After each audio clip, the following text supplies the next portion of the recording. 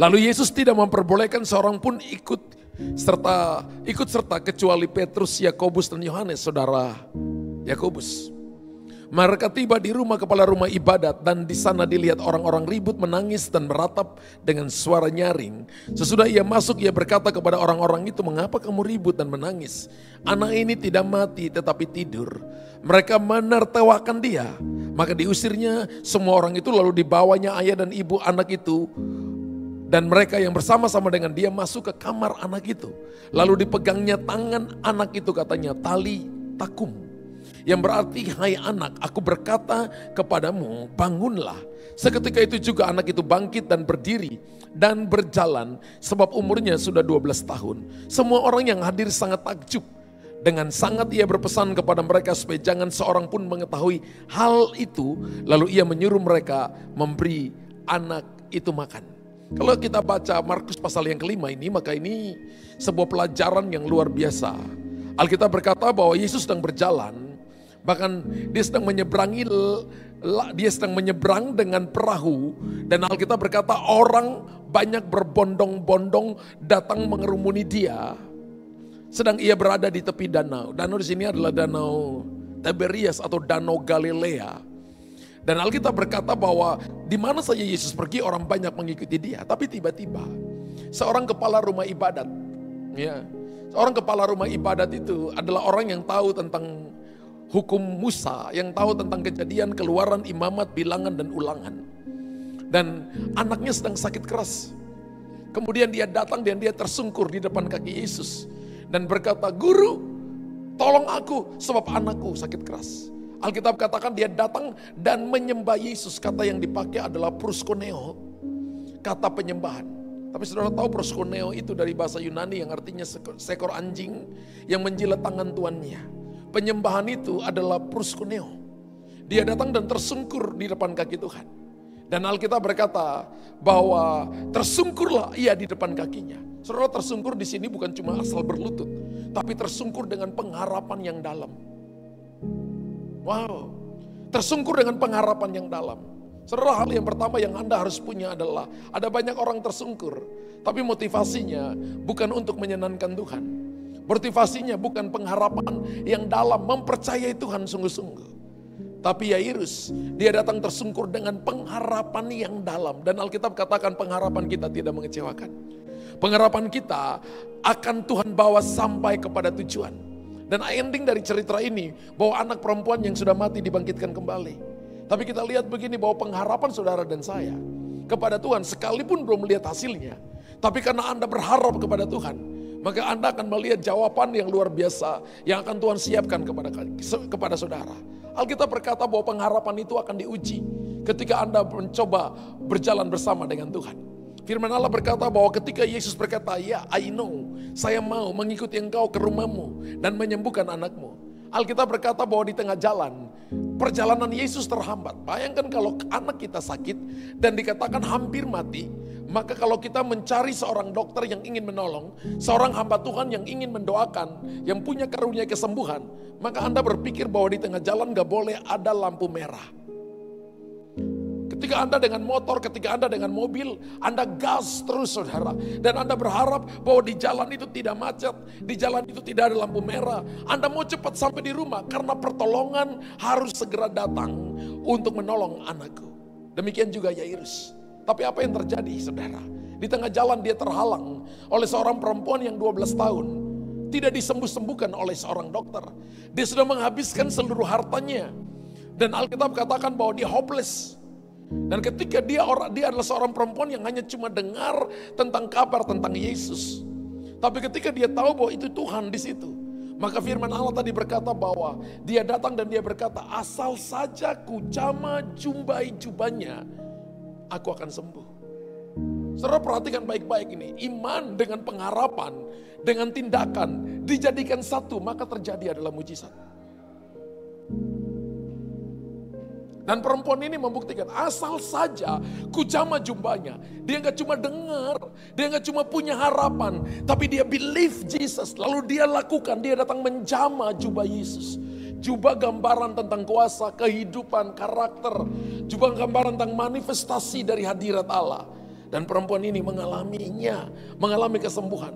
Harta yang habis itu, hari itu terobati dengan kesembuhan. Dan dia merasa bahwa tubuhnya sudah disembuhkan oleh Tuhan. Tapi di satu sisi, Yairus mengalami penundaan. Perempuan ini mengalami kesembuhan. Yairus mengalami tertunda. Jemaat Tuhan, saya beritahukan kepada saudara, tertunda bukan berarti Tuhan tidak menjawab doa saudara. Tertunda bukan berarti Tuhan marah dengan saudara. Beberapa Anda sedang mengalami tertunda hari ini. Jawaban yang tertunda, belum melihat jawaban daripada Tuhan. Tapi mari saya beritahukan kepada saudara, tertunda sampai 1 kali perjalanan, 2 mujizat terjadi sekaligus.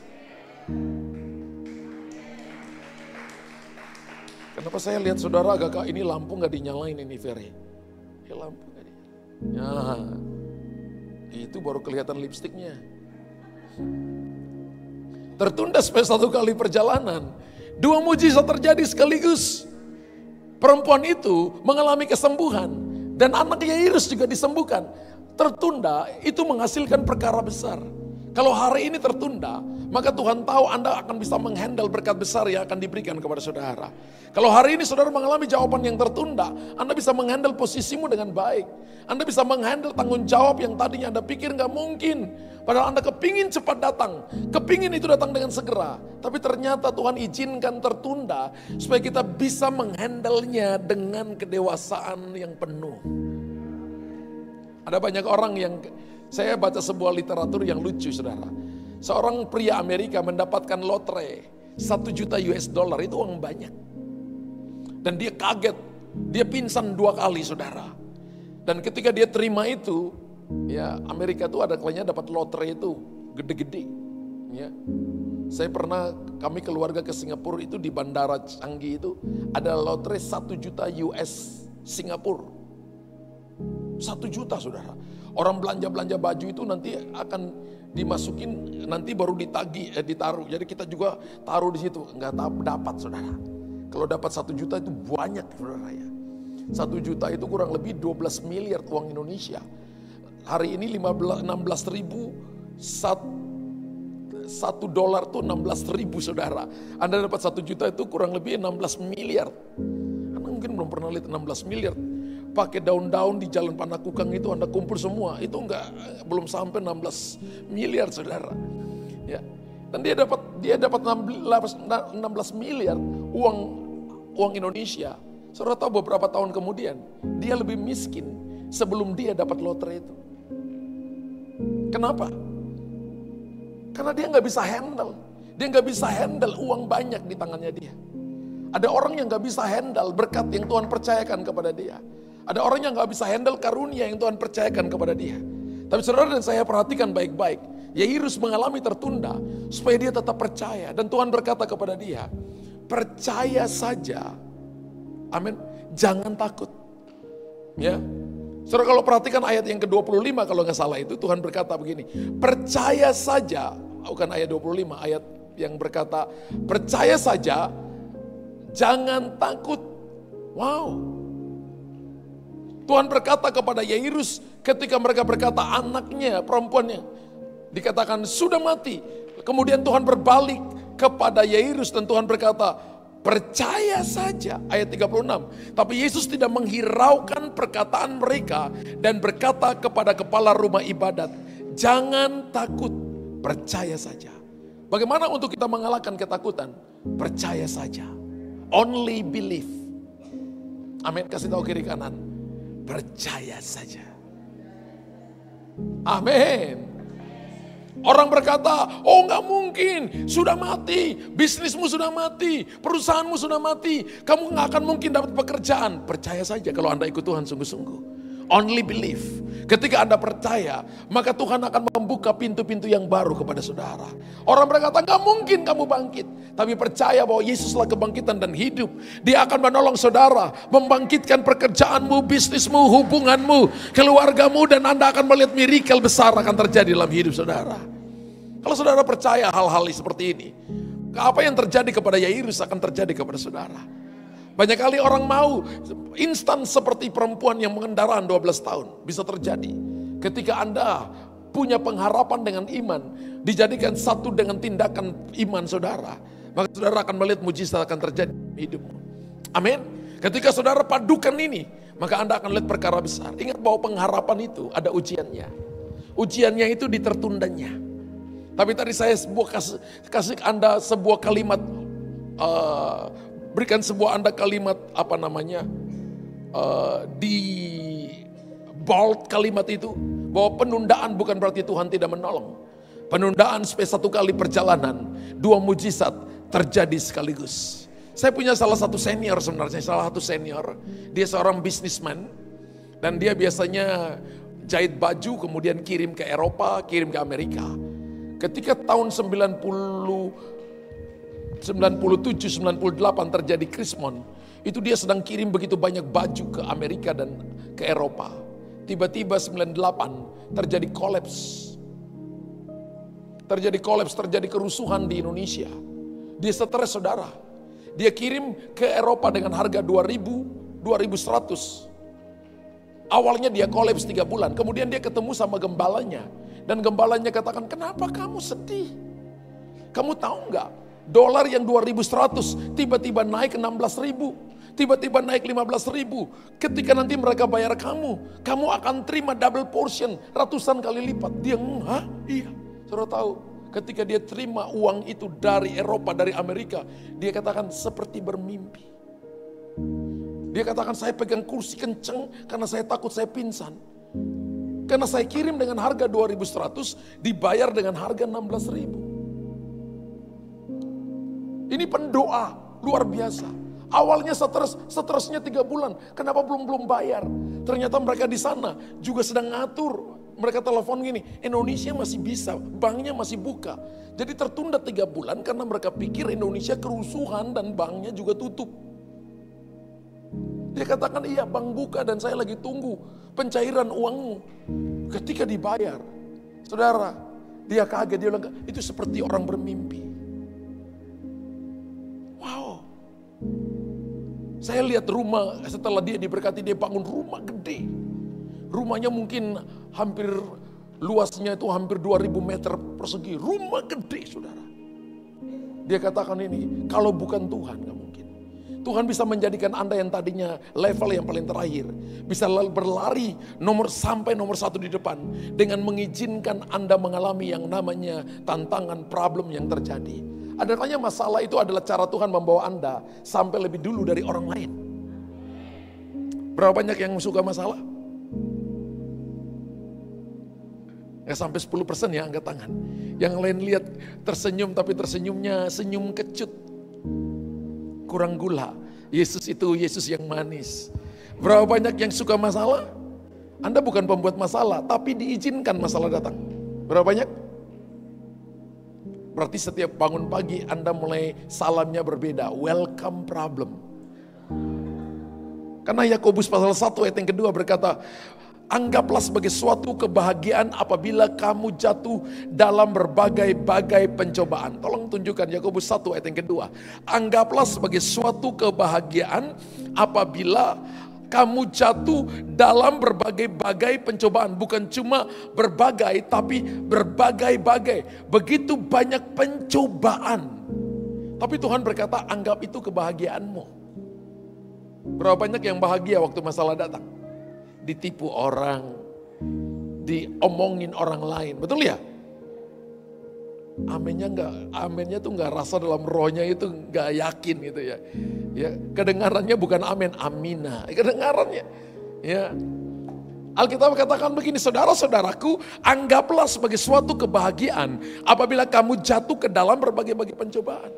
Kalau kita perhatikan ayat yang ketiga, ayat yang keempat, ternyata sebab kamu tahu bahwa ujian terhadap imanmu itu menghasilkan ketekunan. Dan biarkanlah ketekunan itu memperoleh buah yang matang. Kita itu jadi matang ketika ada dalam berbagai-bagai pencobaan. Supaya kamu menjadi sempurna, utuh, tidak kekurangan suatu apapun. Saudara perhatikan baik-baik ketika masalah datang, Anda gak kekurangan apapun. Gak ada yang hilang dalam saudara.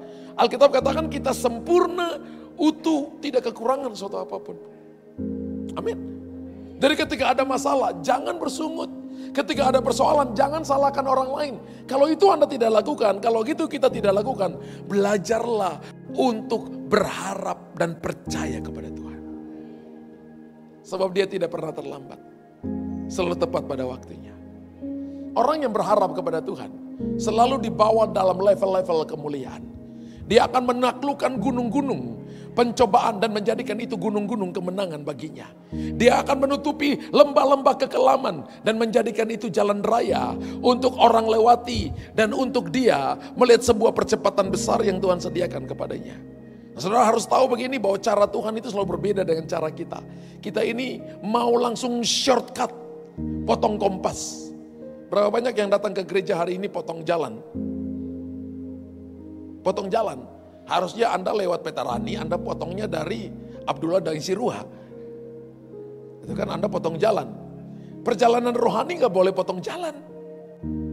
Anda harus melewati jalan yang ditentukan oleh Tuhan, saudara. Amin. Dan ada kalanya tidak ada jalan tol, tapi kita suka jalan tol. Ya, the highways. The highways itu buat kita ngantuk. Karena cuma injak gas terus. Ya. Kita lupa nginjak rem dan keenakan, saudara. Tapi perjalanan dengan Tuhan adalah naik gunung, turun lembah, melewati sungai-sungai yang deras, melewati jalan-jalan yang sempit. Tapi karena kita berjalan bersama dengan Tuhan, Tuhan sanggup meratakan gunung-gunung, menimbun lembah-lembah, sehingga menjadi rata. Kemarin saya katakan kepada saudara, urapan Yohanes Pembaptis itu adalah meratakan gunung, menimbun lembah. Urapan Yohanes Pembaptis itu adalah urapan bulldozer. Orang gak mungkin ratakan gunung pakai sekop. Pasti Anda encok pegalino, pasti. Pasti Anda mengalami 5L, leti, lesu, lunglai, lemah, letoi, pasti. Mengalami 5L dalam hidup saudara. Tapi kalau Anda meratakan dengan bulldozer, itu gak akan masalah gunung setinggi apapun. Haleluya. Saya pernah ke Sydney, perlayanan ke Sydney 1 bulan. Dan saya diajakin sama gembala melewati sebuah gunung batu yang dibelah. Dan dia tanya kepada saya gini, Pastor Luther, coba Pastor Luther ini dibelah pakai apa? Dan saya katakan pakai bulldozer. Dia ketawa, bukan Pak. Dibelah pakai apa? Dan dia katakan pakai air. Tekanan air tertentu, maka gunung batu itu dibelah. Jadi jalan, jadi kalau kita lewat kiri kanan itu gunung batu yang tinggi. Cepat, sudah terlambat jalannya lambat lagi. Ya, saya beritahukan kepada saudara bahwa Alkitab mengatakan begini, bahwa tekanan, bahwa gunung sebesar apapun bersama dengan Tuhan kita yang adalah sumber kehidupan, maka akan dijadikan jalan raya. Amin. Dan banyak orang Kristen jujur, mereka gak suka dengan tantangan. Padahal tantangan itu adalah kesempatan untuk dia jadi sempurna, utuh, dan tak kekurangan suatu apapun. Apakah Yairus kehilangan anaknya? Tidak. Tuhan berkata kepada dia, jangan takut. Only believe. Percaya saja. Percaya itu kan dari bahasa Yunani yaitu pistis. Ya, bukan pedis tapi pistis. Dari akar kata pisteo. Pistis itu adalah bergantung kepada sesuatu, tapi pisteo itu artinya Tuhan yang pegang kendali atas hidupku. Jadi ketika Anda percaya kepada Tuhan, sebenarnya bukan tentang saudara. Tuhan yang pegang kendali atas hidup saudara. Kalau Tuhan yang pegang kendali atas hidupmu, gak ada yang kurang dalam hidupmu. Gak ada yang hilang dalam hidupmu. Mungkin untuk sementara hilang, tapi Tuhan menyimpan untuk double portion yang akan Tuhan sediakan kepada saudara. Orang percaya kepada Tuhan untungnya lebih banyak daripada ruginya. Amin. Tapi sifat manusia kita gak mau rugi. Kita gak mau sacrifice, gak mau bayar harganya. Kita mau dapat secepatnya, injak kepala orang, kalahkan orang, menang di atas seseorang. Dan kita ingin berkuasa atas orang itu. Padahal tidak bertahan lama. Berkat yang kita punya di dunia ini tidak bertahan lama. Tapi berkat Tuhan itu forever and ever. Kekal selama-lamanya. Amin. Pembacaan kita Alkitab hari ini, kalau saudara baca hari ini itu Mazmur 49 dan Mazmur 50. Berkat Yakub bagi anak-anaknya. Mulai dari Kejadian pasal yang 45, 46. Saya baca tentang kejadian Yusuf itu ada kalanya berulang setiap tahun. Saya selalu nangis di situ. Ya. Bagaimana ayahnya ketika tahu bahwa anaknya masih hidup. Bagaimana Yusuf menahan hatinya ketika saudara-saudara membawa adiknya. Dan dia ada di depan Yusuf. Ingat urapan Yusuf itu double portion. Tapi ketika Yusuf memberkati Benjamin. Benjamin itu adalah the son of the right hands. Putra tangan kananku. Arti Benjamin. Ben itu putra saudara ya. Ya, Ben itu putra. Makanya Ben-Oni. Ben-Oni itu adalah anak kesukaran. Diganti menjadi Benjamin, putra the son of the right hands, putra tangan kananku. Dan Yusuf memberikan berapa bagian kepada Benjamin? 5 bagian. Yusuf dengan Benjamin itu lahir dari satu kandungan yang dicintai yang namanya Rachel atau Rahel.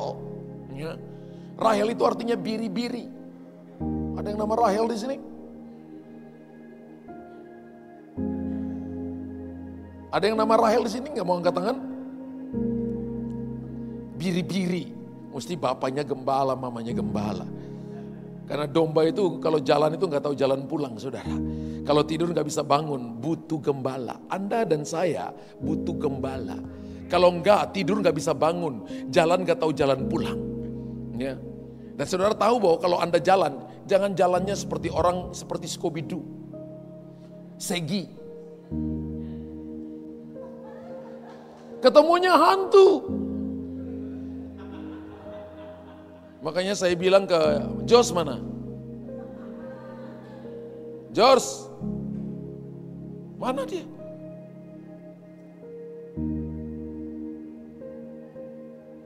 Lo panggil.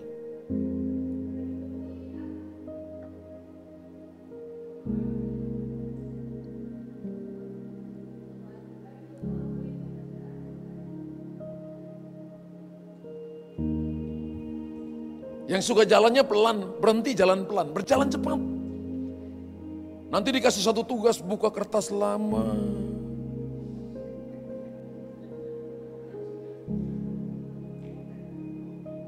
Ya, saya tuh mangkel kalau lihat orang jalan.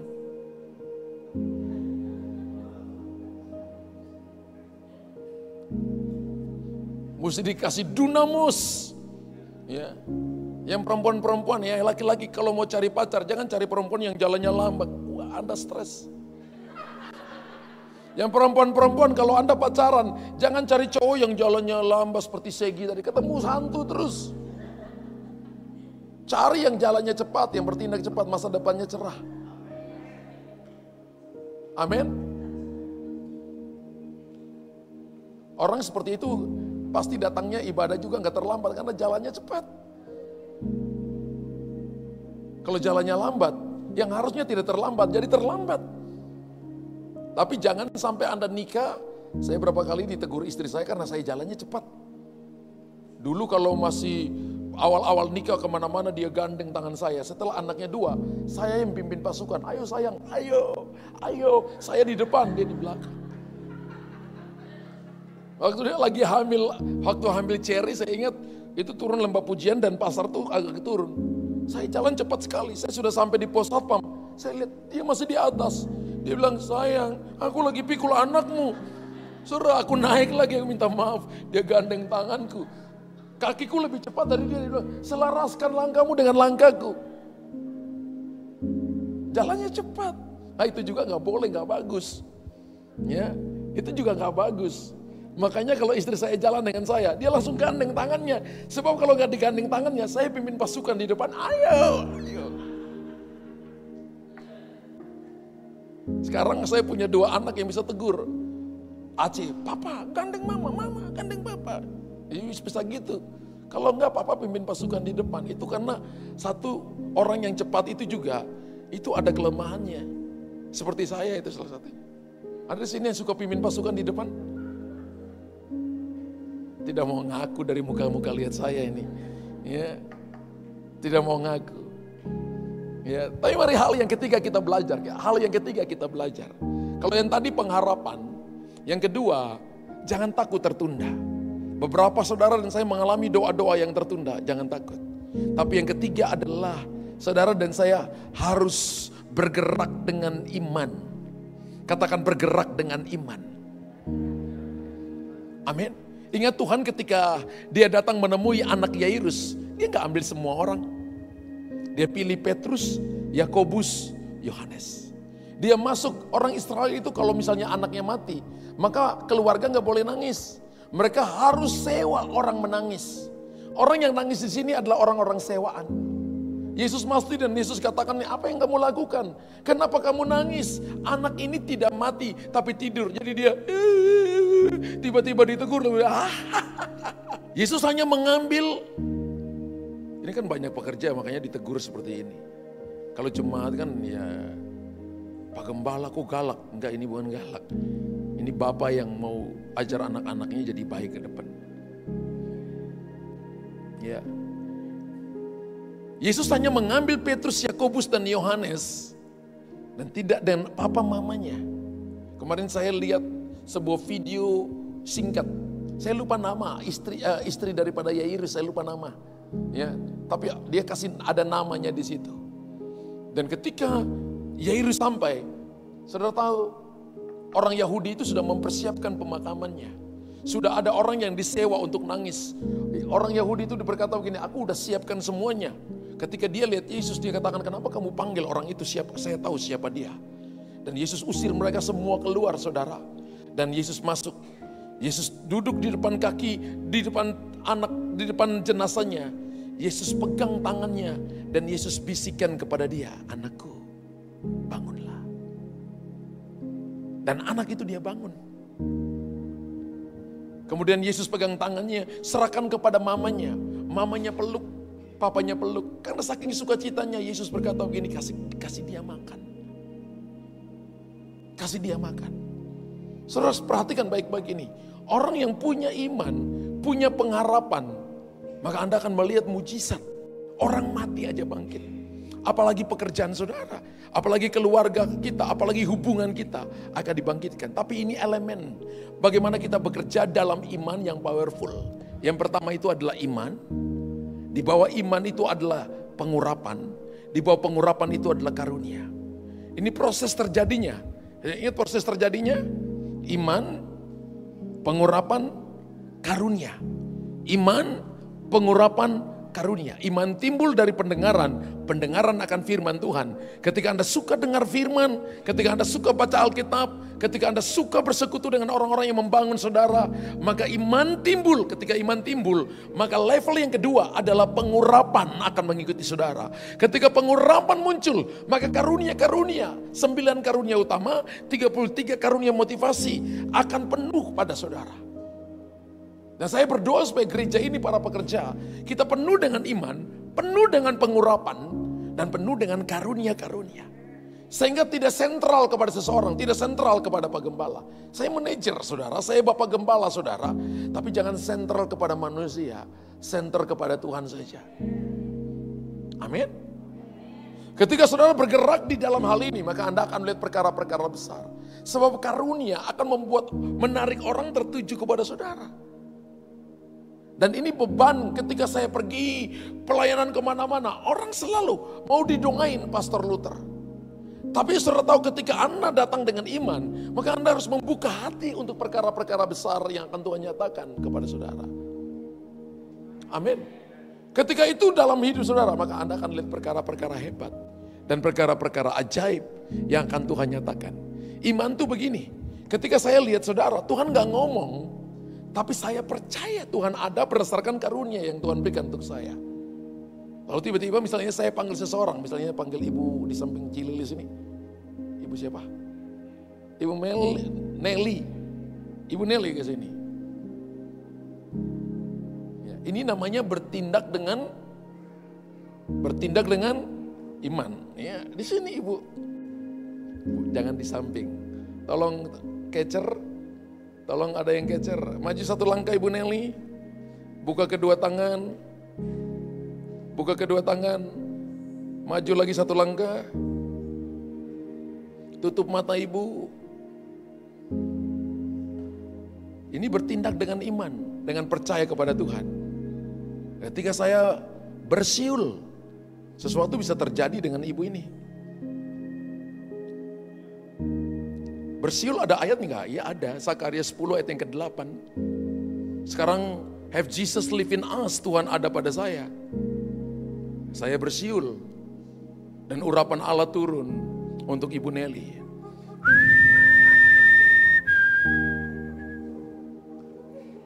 Apa disentuh? No. Apa ada musik? No. Amin. Hanya believe Jesus. Ketika saya lakukan untuk satu orang, maka urapan turun untuk saya secara pribadi. Amin. Urapan turun kepada saya pribadi. Ketika saya panggil orang berikutnya, urapan mulai turun kepada orang lain. Urapan mulai turun kepada orang lain. Bisa seperti itu. Ketika terus saya lakukan orang ketiga, bisa bukan cuma satu orang, tapi semua orang dilawat Tuhan. Dan karunia, saya dapat penglihatan, saya begini. Nah, itu cara kerjanya Roh Kudus seperti itu. Ya, misalnya ini satu orang, yang kedua, yang baju hitam siapa?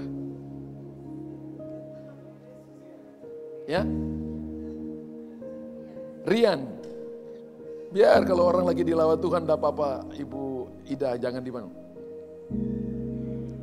Rian berdiri depan, buka kedua tanganmu, tutup matamu. Saya dengar di telinga saya, saudara mulai tadi iman, ini saya mulai karunia mulai kerja. Saya mulai di telinga saya dengar tepukan tangan. Saya akan tepuk tangan dan bisa terjadi sesuatu bagi dia. Ada yang sentuh? Enggak. Saya hanya cuma iman. Biar nanti tinggal ditutup, taruh di bawah di lawat Tuhan. Iman. Kenapa Anda lihat saya seperti itu? Biasa saja. Amin. Biasa saja. Ya. Dari iman turun pengurapan. Ini bukan cuma pengurapan, karena keseringan saya bergerak bersama dengan Tuhan seperti ini. Pengurapan sudah lompat elemen yang ketiga, karunia. Ketika saya lihat dia, saya dengar tepukan tangan. Roh Kudus berkata, kamu tepuk tangan. Bukan lagi dalam nama Yesus, sudah enggak perlu tepuk tangan. Karena tubuh kita ini adalah bait Allah. Ketika kita pakai dengan benar, maka Anda lihat perkara-perkara besar akan terjadi. Amin. Amin. Nah, 1-2 orang, urapan bukan cuma turun untuk saya. Urapan mulai sudah turun untuk dia. Berapa banyak yang mulai merasa pengurapan itu? Berapa banyak yang mulai merasa? Berapa banyak yang mulai merasa? Berapa banyak mulai? Pak Samuel lari ke depan aja. Pak siapa? Samuel kan? Ya. Pak Samuel, ya, ayo lari ke depan. Dan saya minta 5 orang lagi lari ke depan dengan cepat. 5 orang lari ke depan, 5 orang ayo, yang mau ayo. Laki perempuan ayo lari ke depan. Tolong kecer, halo pekerja. Kecer dengan cepat. Yang perempuan, laki, perempuan, laki, 5 orang saya minta. Mana 5 orang, kok gak haus lapar akan Tuhan ya? Ayo, mana yang 5 orang yang rindu? 5 orang yang rindu. 5 orang yang rindu, mana? Come on. Oh haus, ayo pekerja lapar dan haus akan Tuhan. Pekerja haus dan lapar akan Tuhan. Mana yang lain? Loh ini 5 orang kok susah banget. Yang haus dan lapar akan Tuhan. Buka hati saudara. Buka hati saudara. Buka hati saudara. Oke, yang di belakang kecer pakai kuda-kuda. Ya, karena kuda-kuda jangan seperti Ibu Yanti. Kuda-kuda begini. Saya lihat sekarang, saudara perhatikan ya. Saya lihat seperti jubah dibuka, dikebaskan. Saya kebaskan jas saya ya. Saya kebaskan jas saya. Ketika jas ini dikebaskan dari kiri ke kanan, sesuatu terjadi. In the name of Jesus. Ya. Urapan Allah turun. Amin. Ini tindakan yang saya ajar, apa yang dialami oleh Yairus. Ya. Apa yang dialami oleh Yairus. Ya. Sekarang urapan ini bukan cuma untuk saya. Bukan cuma 1 orang tadi. Bukan cuma 2. Sudah mulai urapan korporat. Amin. Sudah mulai urapan kebersamaan. Sudah mulai terjadi. Nah sekarang misalnya Aceh mulai doain ibu. Mulai doain ini. Urapan sudah mulai turun kepada mereka. Sudah tidak tergantung ke saya. Ya, urapan sudah tidak lagi ke 1 orang. Tapi urapan mulai turun kepada beberapa orang. Amin. Mulai dengan iman. Kemudian turun pengurapan. Ya, kemudian turun pengurapan, kemudian karunia bekerja. Kemudian karunia-karunia bekerja.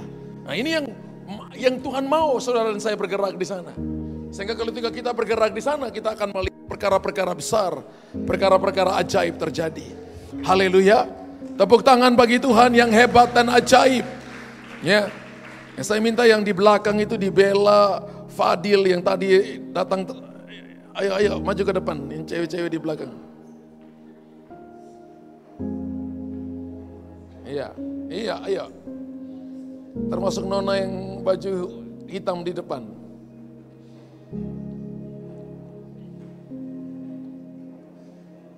Berapa banyak yang merasakan hadirat Allah? Haleluya. Oke.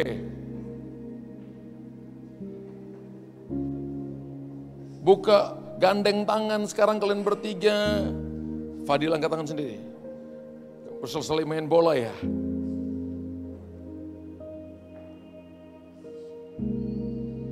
Mundur satu langkah. Buka hati. Urapan Allah sedang turun bagi anak-anak muda ini. Dan saya lihat urapan begitu gede. Saya lihat saya sedang berjalan di sebuah tanah yang rata dan penuh dengan pohon-pohon yang begitu lebat, berbuah lebat. Dan saya merasakan angin yang kencang di sana. Dan Tuhan, aku melangkah di depan mereka. In the name of Jesus. Terima, touch.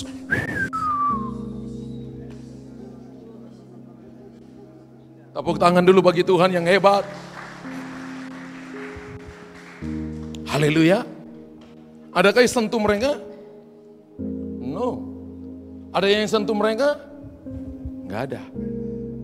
Ini mesti diajar supaya orang tidak sentral kepada seseorang, tapi sentral kepada Yesus. Prinsip ini mesti turun, saudara. Jadi kalau saudara doain seseorang, kalau belum terjadi apa-apa, pindah ke orang berikutnya. Karena urapan selalu turun seperti itu, dengan iman. Tadi saya mulai dengan Ibu Nelly, minta maaf kalau salah ucap namanya. Saya tidak dengar Tuhan apa, tapi saya tahu karunia yang Tuhan percayakan kepada saya. Lalu saya mulai bertindak dengan iman. 1, 2, 3 orang, 4 orang, maka urapan mulai berpindah kepada komunitas, kepada orang lain. Sehingga corporate anointed terjadi. Urapan bersama-sama terjadi. Amin. Nah, ketika itu saudara alami, wow, maka tempat ini akan menjadi seperti sorga. This is holy ground, tempat kudusnya Tuhan. Amin. Nah, sekarang bangkit berdiri. Sekarang bangkit berdiri. Wow. Malaikat, aku minta, pejamkan mata, angkat tangan saudara. Aku minta jaga mereka. Jaga mereka. Saudara buka mata sebentar. Lihat di tangan saya ini tisu, saya ambil dari mimbar. Tisu ini akan saya lempar ketika saya hitung 1, 2, 3. Ketika tisu ini pergi, maka urapan Allah juga pergi kepada saudara. Terima sesuatu. Hari ini saya tahu bahwa ada impartasi yang sedang Tuhan lepaskan kepada saudara. Saya tahu ada impartasi. Datang dengan hati lapar, haus, dengan kerinduan yang dalam. Buka hati, pecah. Jangan takut, jangan takut, jangan takut, jangan takut. Datang dengan rindu haus. Datang dengan rindu haus. Pejamkan mata semua, jangan ada yang lihat saya. Malaikat, bantu aku, bantu aku, bantu aku, bantu aku, bantu aku, bantu aku malaikat. Sehingga terjadi ketika mereka jatuh tidak ada yang cedera. Ketika mereka jatuh aman, baik-baik saja. Dalam nama Yesus. 1, 2, 3, terima. Husos. Husos. Bos.